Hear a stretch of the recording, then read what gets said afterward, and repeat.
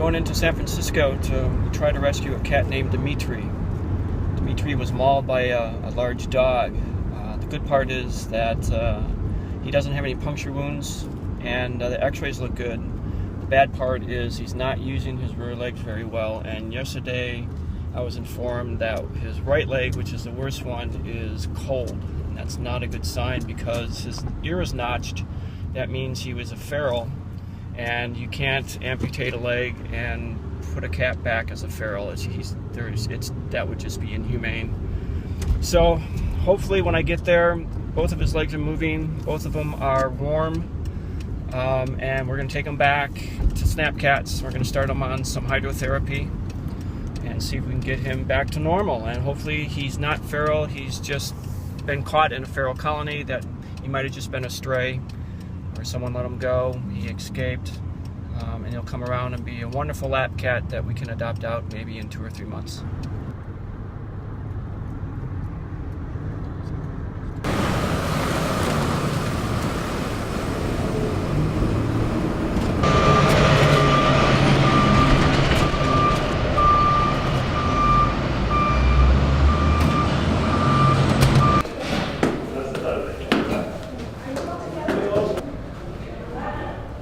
Hello, this is Tony Sestak, who's the founder of Tony's Kitty Rescue, and I'm Catherine, and filling in for my supervisor, Deb Campbell, who's our volunteer outreach coordinator.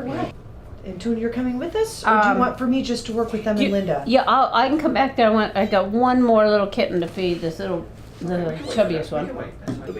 Where, dear? Are you waking up? Okay, you can all sit right there. Hey. Okay. Does this one have a name? No. No names I yet? don't bother naming them because I Oh get. my goodness! Oh my I goodness! take home 100 Oh, a year. goodness. And I pass on to Oh. other people.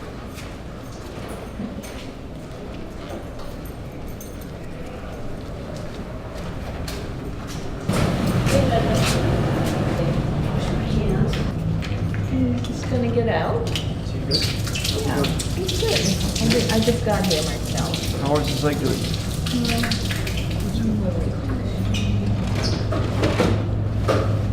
His legs are warm. Is it warm? The right leg? Yeah. It's warm enough. Pull it back. That's good. Yeah. Yeah, watch. Is he going somewhere? A little bit there, huh? See that movement? That's good. Oh, that is good. That's good. Yeah, because I He doesn't have much feeling in the toes though, but that's not a bad thing at this point. No, I noticed he can move it from his hips. Yeah. But So not the the body. nerve damage, as it repairs itself, it's going to repair itself on going down. So the feet are going to be the last part on the type of injury that I think he has. I think that the toes will be the last thing that he'll feel. Oh, But okay. it's good that he's moving his leg back when I pull it out. If he left it out there or just slowly retracted naturally, that would not be a good sign. But he is moving it. That's good. So that means we're taking him. Because if I came here and his leg was cold and he wasn't moving it, and taking the chance that he's a feral or semi-feral cat, you can't release him with 3 legs, right? So there would be nothing to do but euthanize. But because I think, and we'll see what the neurologist says tomorrow, because I think that I've seen injuries like this that it takes him a little while with rehab. But I think with the hydrotherapy and just getting him up and getting him friendly, because look, he might be like this because he's injured. But usually if animals are injured, they're more fearful because they think they're going to be eaten, not by us, but you know what I mean? But he's doing really well, so my guess is he was just a stray within a feral colony because there was food there, and when he was trapped, or he was when he was bitten, and when they fixed him, they just fixed him because the idiots who had him before didn't get him fixed. I know. Giants colors. Champions. What a beautiful kitty, velvety. Yeah, he's a little scared in an open space, but after what he's... This is not a feral cat. You're not a feral cat. My arms would be shredded if you were a feral cat. There. It's got sensation there.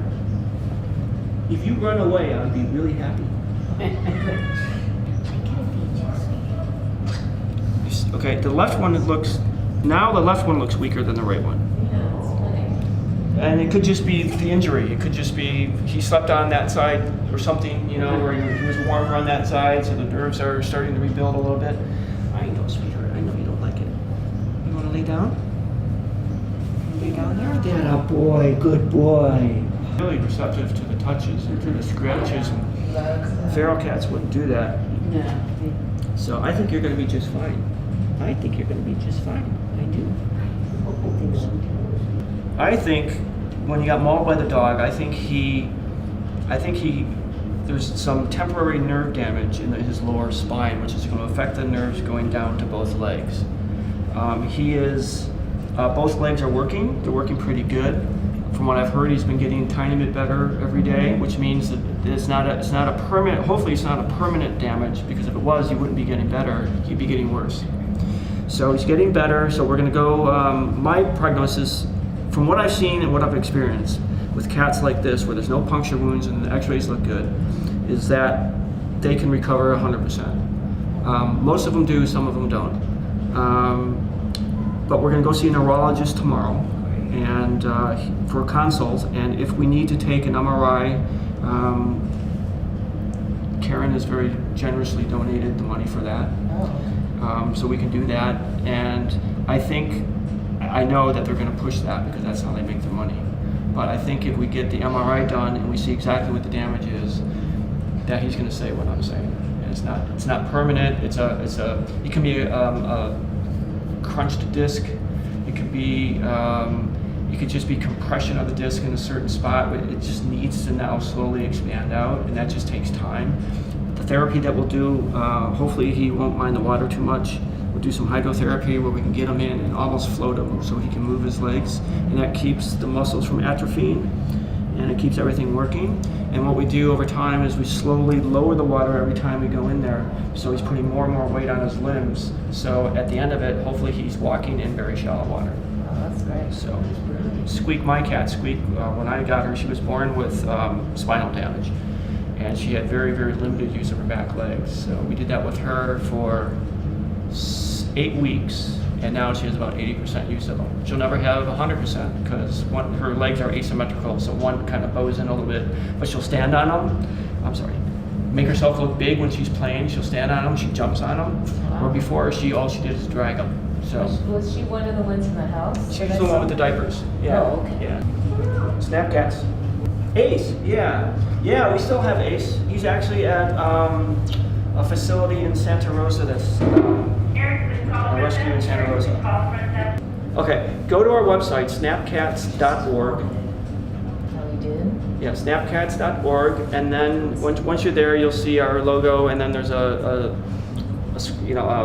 menu bar that goes across the midsection, and it'll say Our Cats. And if you click on that, Ace is the first cat because it's alphabetical order. It gives his name, how old he is, and gives a brief bio of him and stuff like that.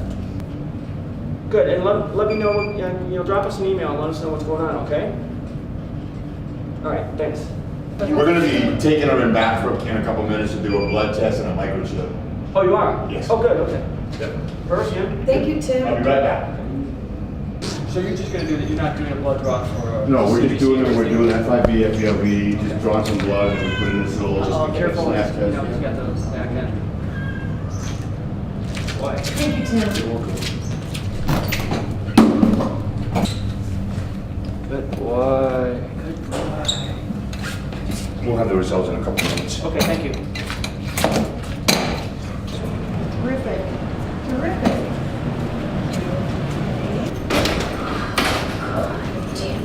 Hey. I have really bad news. He's leukemia positive. He's what? He's leukemia positive. Yes. How much blood does he have left? Ask him how much blood. Well, here, Alan did it. You could take that in. Alan? How much blood? Here's the test. He tested positive for leukemia, so we're doing a retest because we can't take him. He has leukemia.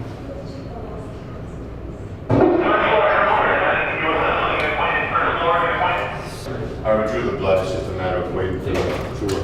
Thank you, Tim. You're welcome.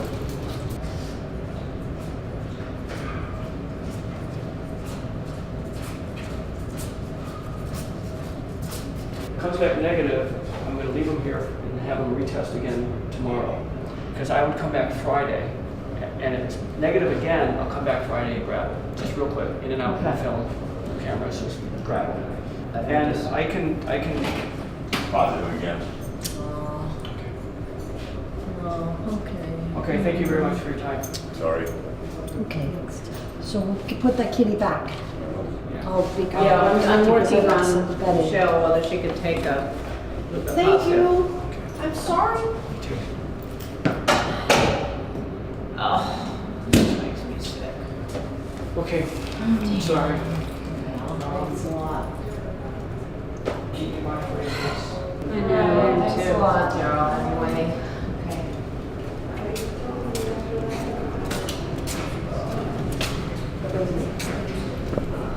No kidding, not today. That's what sucks about these two.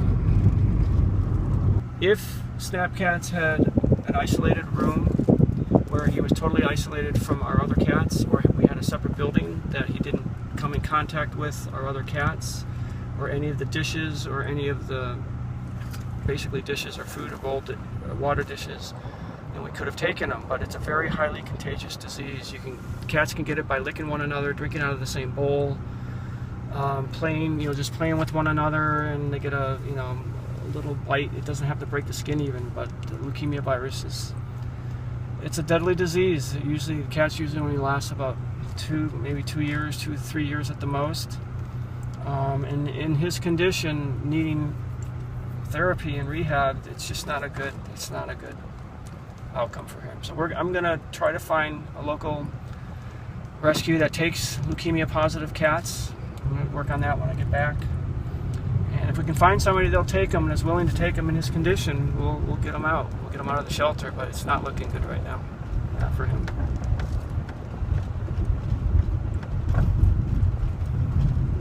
So those of you who have a facility for us, please call me. A big one, it's a separate building. Call me. I need it.